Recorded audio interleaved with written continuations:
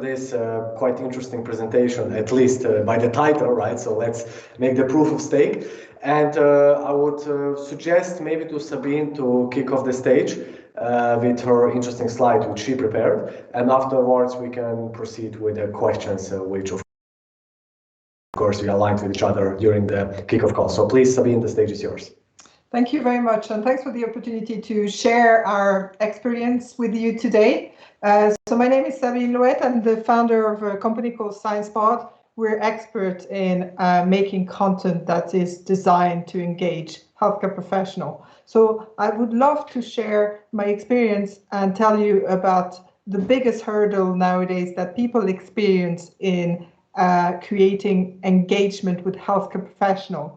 And the one key point that keeps coming back in conversation is that healthcare professionals are tired, exhausted of being deluged with content that's too long to consume, that's far too complicated for the amount of time they have to dedicate to it.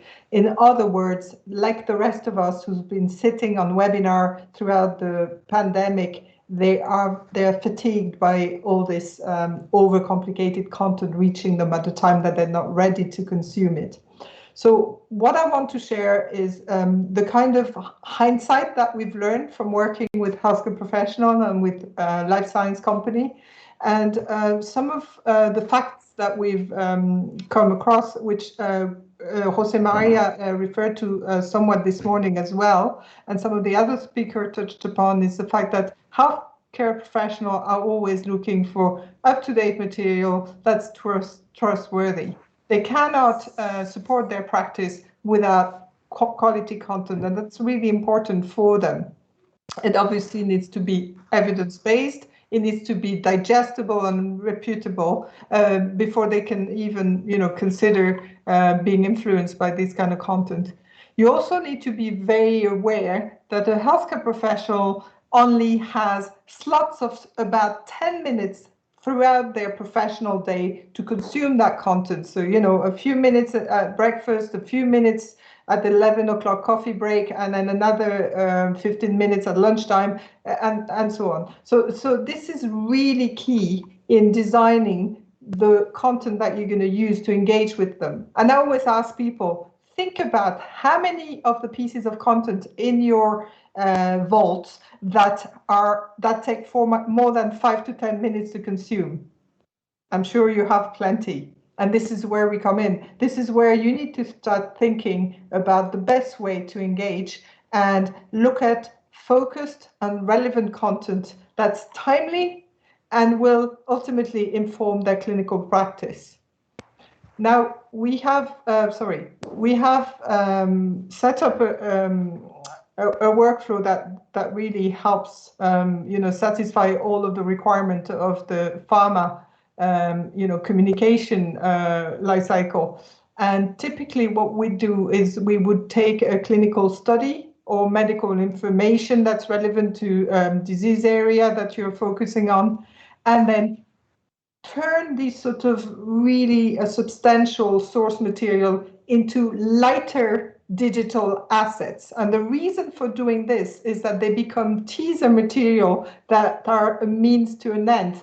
They could be in the form of short paragraph highlighting the key finding of a study. They could be in the form of infographics, podcast, video, anything under the sun. But the important thing is to vary and to make it short and sharp and targeted. And then once you've created that content, it can go through the regular quality checks, the medical and legal review, before ultimately being repurposed for multi-channel and omni-channel distribution. And I know Mark has touched upon this morning as well. So based on our own experience, we always advise having bite-sized teaser content.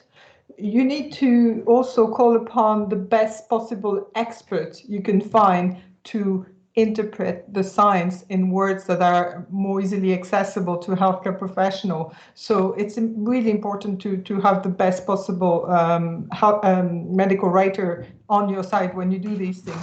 The third tip is really to ensure that you always have omnichannel in mind. This was substantially discussed this morning, and you cannot please your audience and give a smile to your audience, as Jose Maria would say, without giving them the choice of consuming your content either at lunchtime on their as a video, or as they're driving to work as a podcast, or as an image that they will receive by text, and so on. So always remember that human psychology is at play here, and a healthcare professional would always identify better with KOL or other peers when it comes to getting their information. So these are the lessons that we've learned over time. But I'm sure Jose Maria would have also some other views on the subject.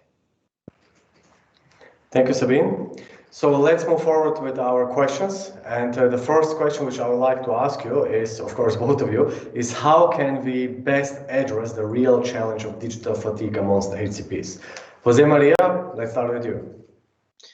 Yes. Thank you. Actually, I was very inspired when I was listening to Sabine, because this time that the doctors have per day to consume content, actually, you Sabine were talking about only the professional part, but on top of that, they are also exposed to Netflix, Instagram, WhatsApp, Zoom, anything, right? So all the things that are as we normal users are exposed to. And I think this is the challenge. This is the real challenge for us, because if we really want to measure digital fatigue, we need to consider how much content we as an industry are generating, plus how much the HCP is being exposed to from outside of pharma, right? This is another thing. I can give you just a quick example from my experience. I used to have a digital advisory board some time ago, and it was an advisory board of young oncologists.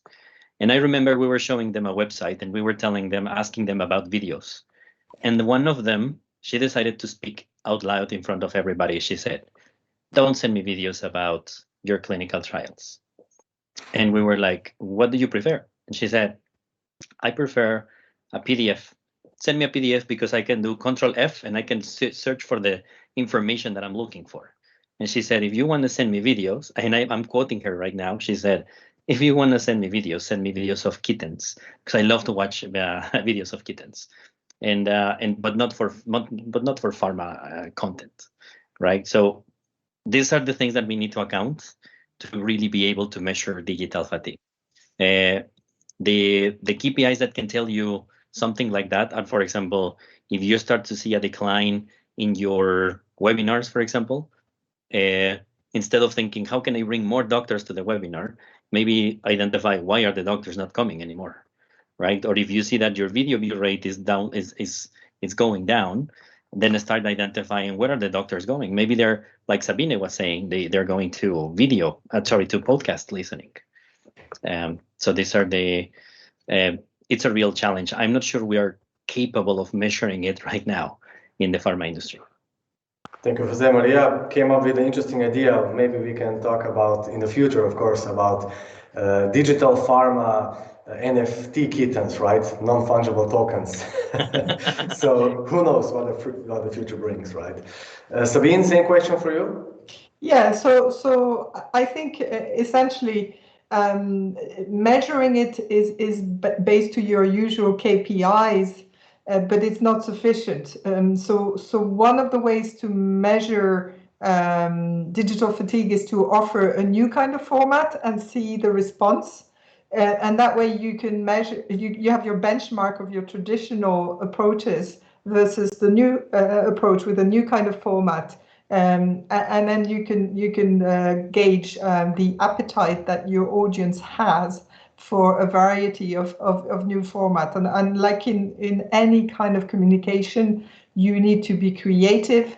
You need to think outside the box. It sounds obvious, but I can't repeat it enough. Is people need to experiment.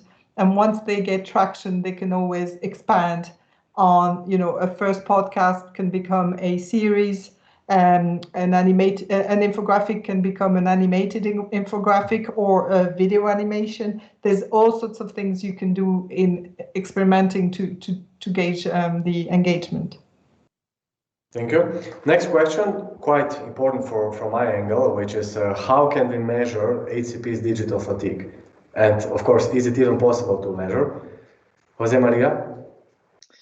Yes, and I would like to connect it to what Sabine was mentioning about the experimentation, because I think that I have seen this in a couple of companies already, and also friends from the industry mentioning this. We don't have the mindset of experimenting. We are afraid of failure, and experimentation means you need to be comfortable with failing and then learning and then going. We talk about it a lot, but there is no I have seen examples where people say, you know what, Chema, we tried the podcast, but we only had 5 connections, and so we stopped doing it. And then my question is, why? I mean, did you try different podcasts? Did you try to put the podcast in a different day? Was it the speaker? Was it the topic? Or was it just because the doctors were, they didn't care about the format of the video or the audio, and maybe they were tired of you bombarding them to invite them to listen to a podcast. So I would say, to really be able to measure it, it's a combination of what Sabine was saying, experimenting different formats, different times, different channels, and then being comfortable with that, knowing that if you don't get the response you were looking for, you need to try other things.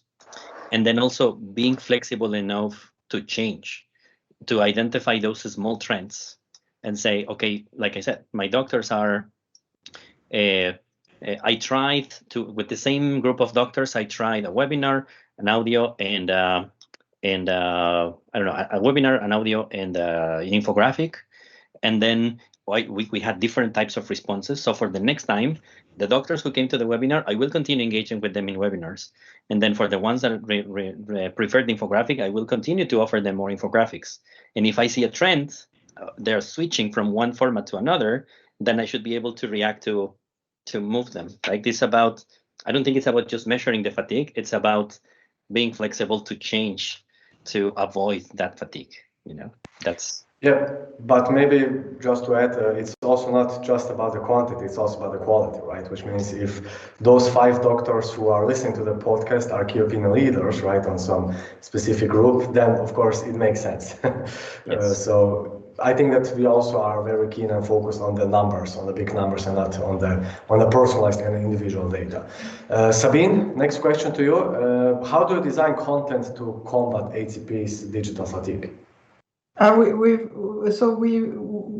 the design side of things, this is an important question, because we want to make sure that you anticipate that you're going to be addressing an audience that's nowhere and everywhere, as the famous saying goes. So that means you have to preemptively design content that's going to be available through all the channels, nothing new there, but also you need to plan. And one of the biggest mistakes that people make, particularly ahead of congresses, medical congresses, is that they have made a plan a year in advance to have a presence, but the actual design of the content and the planning of the content tends to be lagging. And that's a real issue, because to create quality content that's designed to engage your healthcare professional, you need to ensure that you've thought through what are the key messages, and on the basis of those key messages, you can elaborate a video or a podcast that's suited to deliver that key message. So there's so much in the planning, in the execution for a successful campaign, that people tend to forget that it takes a lot of time in order to execute in a suitable manner. Thank you. Next question, how do you measure the value of evidence-based content, and can evidence-based content production become agile? So that's, I think, the million-dollar question. Jose Maria?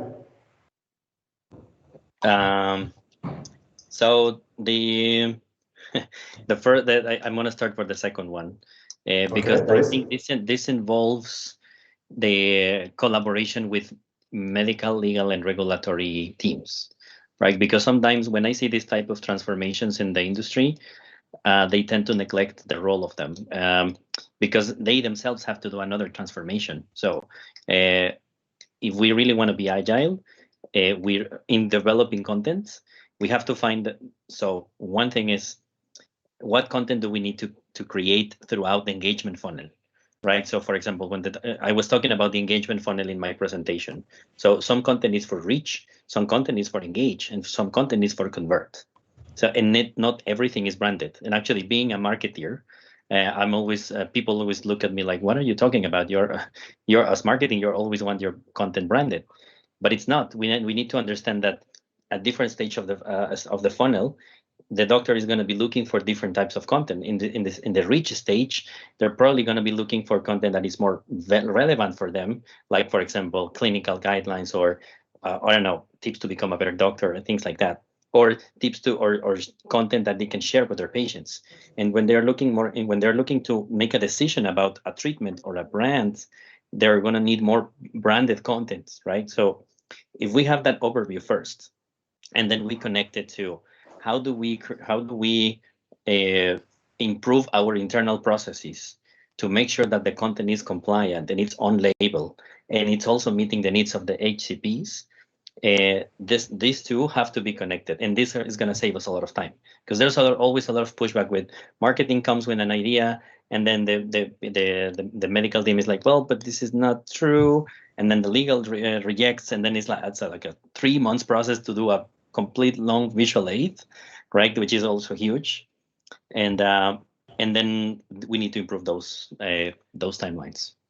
May I add something to this, because Yes. this is something we're. You can have the same question, Sabine, so you can add and answer on it. Thank you. I mean, this is something that we find is problematic, and I mentioned it earlier on in this discussion, is the fact that a lot of companies today have material that's evidence-based, all right, but it's so long to consume that most people are not going to touch it. So in terms of being agile, there's also a need to think that whether you're at the top of the funnel, the middle of the funnel, or closer to a sales discussion, you may not be able to engage with your healthcare professional with a full webinar or with a full clinical study up front. You may need to have a proxy, these sort of digital assets that you're going to send them, at a time that they consume during the day, so that they remember to set that clinical study for their evening read or for their Saturday morning read when they have time around their coffee and breakfast. So it's not just about the stage of the funnel you're at, but it's also about having a two-step strategy where you capture their attention and then you then engage in a much deeper level, which is required in a lot of the time when you have new product, innovative product. You're educating your healthcare professionals, so they need to know a lot more than just a 5 minutes video presentation, but they won't consume your 35 minutes webinar until they've already consumed the 5-minute video. Oh yeah, I completely agree. I was taking notes when you said that how many of your assets take more than 4 minutes or 5 minutes to consume, because we started, well, at least in where I am in consumer healthcare for HCPs, we started doing that transformation, and we're very proud to say that it's only a very small amount of content that lasts like 10 minutes, which are summaries of webinars, but the rest is always meant to be consumed in seconds, and we have seen much better responses rate. So we are a living proof of what you're saying. Yeah, and you can even add to this discussion that technology can support you. I mean, one of the things we've recently experimented with is to create automated summaries of clinical studies, where you have, the top level vision. Who did the work? Where did they publish? What did they find? How did they find these results? And what's the future? So these kind of really kind of short, sharp collection of facts can be one of the ways that companies can engage with a minimum amount of effort from their side as well, because you have to consider automation is great, but you know, it needs to be thought through as well. Thank you. Next question, what factors are most important to consider when creating an omnichannel evidence content?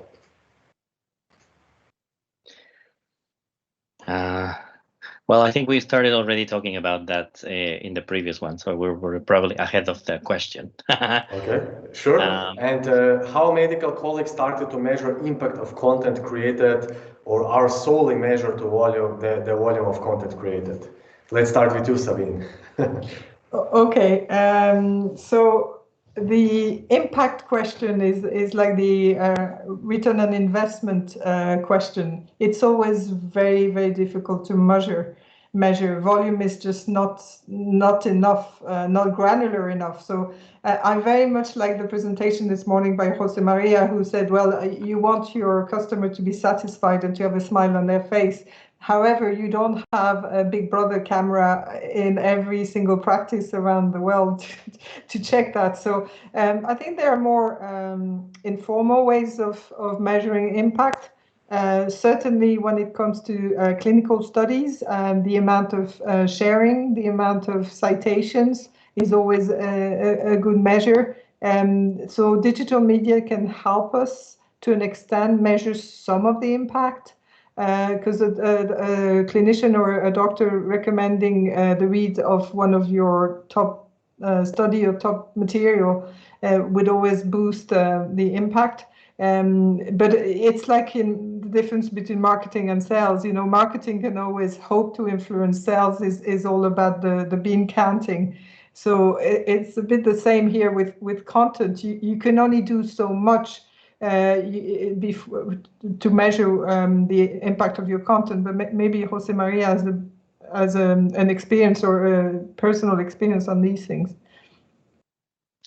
So I saw two things. The first reaction after COVID-19 lockdown was let's start doing a lot of content. Like you said, it was a mindset of creating content, and then even people were telling me, but Cemal, take a look at all the e-learnings that we created and all the videos, and it was more about let's do more.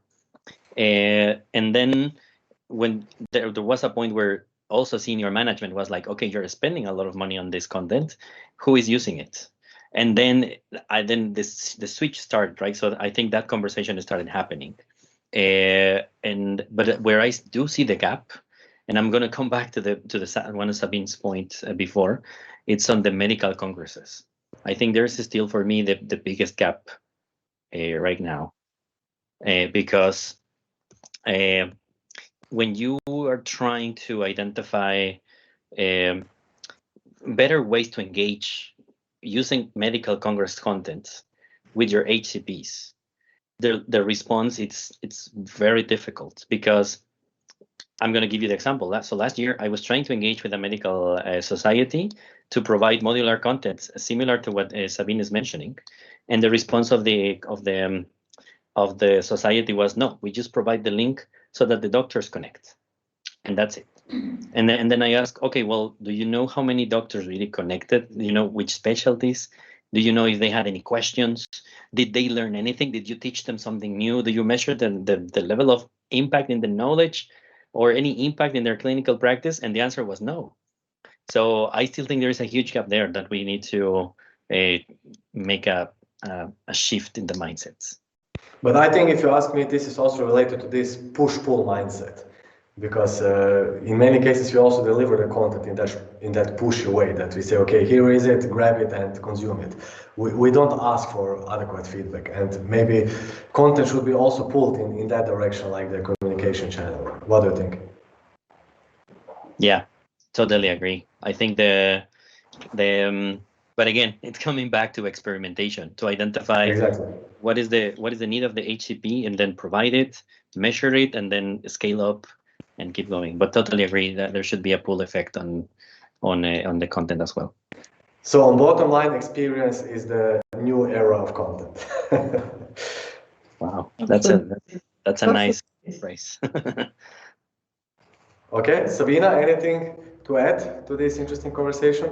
No, I mean, for me, the key to success is planning. Anyone who has planned their content intelligently by thinking about all the needs of their audience through all the channels has a greater chance of succeeding than last minute, you know. And it sounds like an obvious thing to say, but we've seen so many cases where we were creating content within 30 days of an event. 30 days is not a very long time in, you know, when you have a life cycle of a multi-channel campaign. So typically 2-3 months, between 2-3 months and 6 months is a lot more comfortable depending on the size of the event. Sure. If you ask me, something what we didn't discuss is definitely localization and content, because this is also key. And you know it very well. Strong content works maybe in Spain, but doesn't work in Russia, and vice versa. So localization should be also some of the key pillars of the experience level content of the future, right? Absolutely. Okay, so Sabine, Jose Maria, was really glad to have this interesting conversation. Wish all the best, and hopefully we see each other one day, eventually in Dubrovnik at our live event as well. Thank you. We can't wait. Thank you. Thank you Great very much, and conversation. take very good care. Goodbye. Goodbye. Bye.